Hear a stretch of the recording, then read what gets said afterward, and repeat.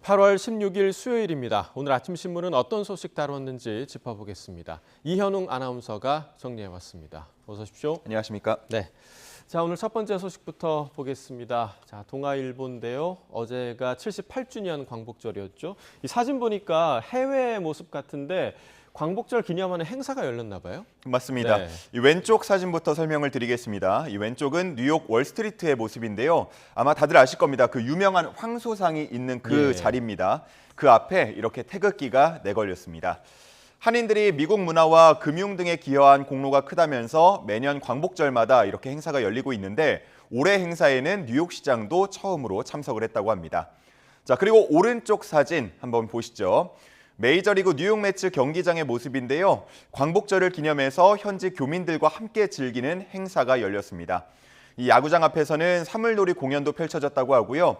또 공수 교대 시간에는 K-팝이 경기장에 울려 퍼졌다고 합니다. 네, 자, 해외에서 이런 그 기념 행사가 열린 게 참 보기 좋은데 그런데 정작 국내에서는 우리가 창밖에 태극기를 많이 걸곤 했는데 요즘에는 많이 좀 안 보이는 것 같아요. 네, 그렇습니다. 서울신문에 실린 내용을 보면 작년에 진행된 한 조사에서 1년 내에 국경일에 태극기를 건 적이 있다라고 응답한 경우는 절반이 되지 않는 것으로 나타났습니다. 특히나 연령대가 낮을수록 태극기를 개양한 경험 비율이 적었는데 그렇다고 하더라도 광복절 등 국경일의 의미를 완전히 잊었다고 볼 수는 없겠습니다. 이 젊은 세대들은 SNS 등을 통해서 태극기를 내걸고 있었는데요. 태극기 사진과 함께 관련된 글을 올리는가 하면 자신의 프로필 사진에 태극기 스티커를 함께 달기도 했습니다. SNS에 태극기를 개양하면 독립유공자 후손에게 815원씩 기부해주는 캠페인도 열렸는데요. 6만 명 넘게 참여했다고 합니다. 네, 또 새로운 방식으로 광복절을 기억하고 있구나라는 것을 좀 깨달을 수 있었던 그런 기사였습니다. 자, 다음 기사 보겠습니다. 자, 한국일보 기사인데요. 7일 이상 폭염 때는 사망률이 9% 넘게 증가를 한다. 지금도 사실 뭐 입추가 지났지만 폭염이 계속되고 있잖아요. 좀 걱정되는 상황인데요. 맞습니다. 네. 기후변화가 환경 교란을 넘어서 인간 건강에 치명상을 입힐 위험 요소가 되고 있음을 알 수 있는 몇 가지 자료가 기사에 실려 있었습니다.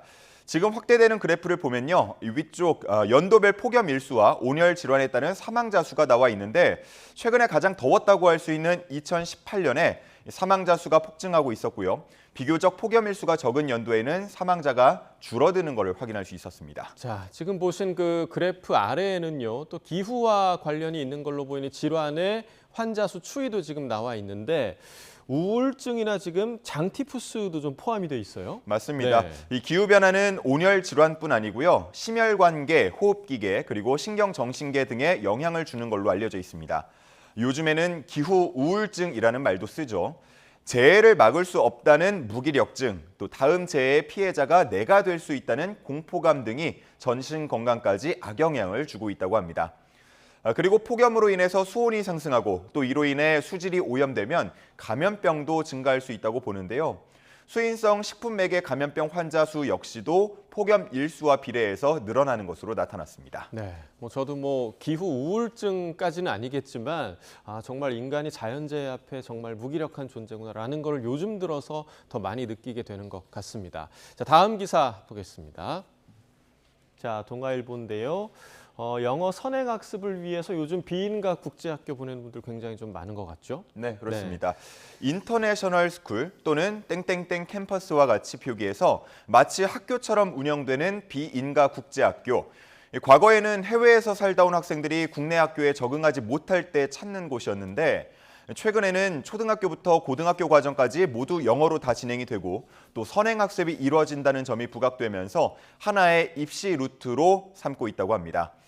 연간 교습비가 2천만 원을 넘을 정도라고 하는데요. 공교육을 시간 낭비라고 생각하는 학부모들이 이렇게 자녀들을 비인가 국제학교로 보내는 분위기입니다. 자, 그런데 문제는 이제 비인가인 거잖아요. 말 그대로 인가를 받지 못한 곳인데 문제점이 좀 있을 것 같아요. 그렇습니다. 네. 교복도 만들어서 입고 담임제도 운영하고 또 동아리도 만들어서 마치 인가받은 학교와 비슷한 행태를 취하고는 있지만 이 비인가 국제학교들은 강사진에 대한 정보도 추상적으로만 공개하고요.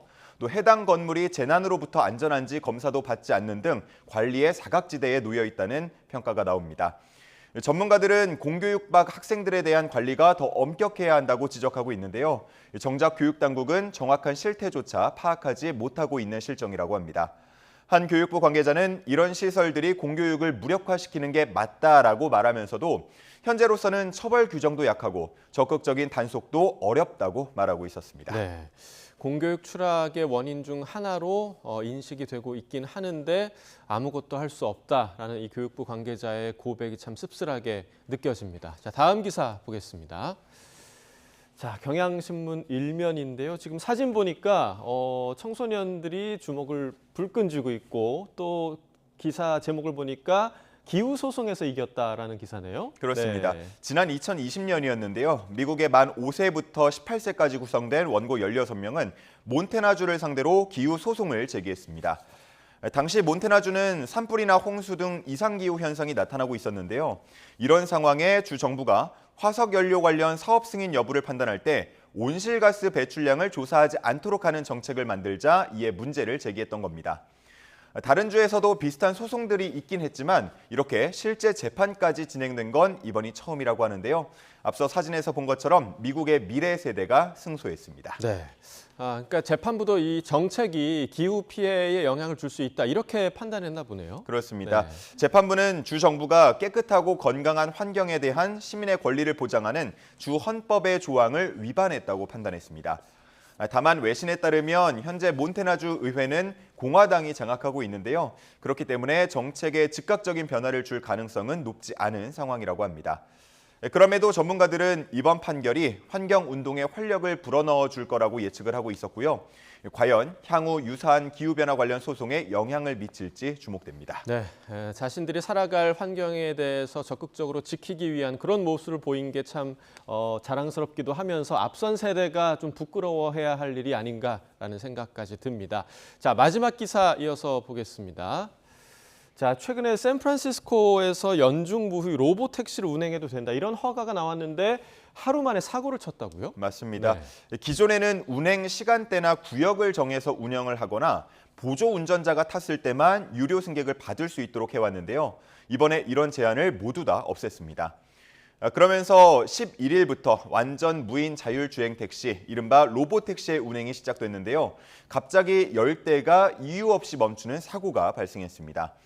다행히 인명피해는 없었다고 하는데요. 이로 인해서 인근에 정체가 발생하면서 운전자들이 불편을 겪어야 했습니다. 네, 실제로 그 안에 타고 있었다면 정말 무서웠을 것 같기도 하고 아무리 운전을 할 줄 안다고 해서 또 운전을 할 수 있는 것도 아니잖아요. 예. 네. 그렇습니다. 굉장히 좀 당황스러웠을 것 같은데 이번 사고로 인해서 로봇택시의 안전성에 대한 시민들의 불신이 커졌다고 볼 수 있겠습니다. 샌프란시스코가 세계 최초 연중무휴 로봇택시가 달리는 도시라는 타이틀을 얻게 됐지만 시민들의 안전을 볼모 삼았다는 비판이 나오고 있습니다. 그리고 로봇택시는 요금이 일반 택시나 우버보다도 저렴하고요. 또 팁을 줄 필요도 없기 때문에 기존 종사자들의 일자리를 위협할 거란 우려도 함께 나오고 있습니다. 자, 한편 도입을 찬성하는 목소리도 있는데요. 이 무인 택시는 승객을 골라 태우지 않고 또 길게 봤을 때에는 사고 확률도 더 줄어들 거라는 주장이었습니다. 네, 이 무인 기기에 대한 리스크가 현실화한 그런 단적인 사례가 아닐까 생각이 드는데 아직은 시기상조가 아닌가라는 생각을 개인적으로 좀 해봅니다. 굿모닝 브리핑 이현웅 아나운서와 함께했습니다. 고맙습니다. 감사합니다.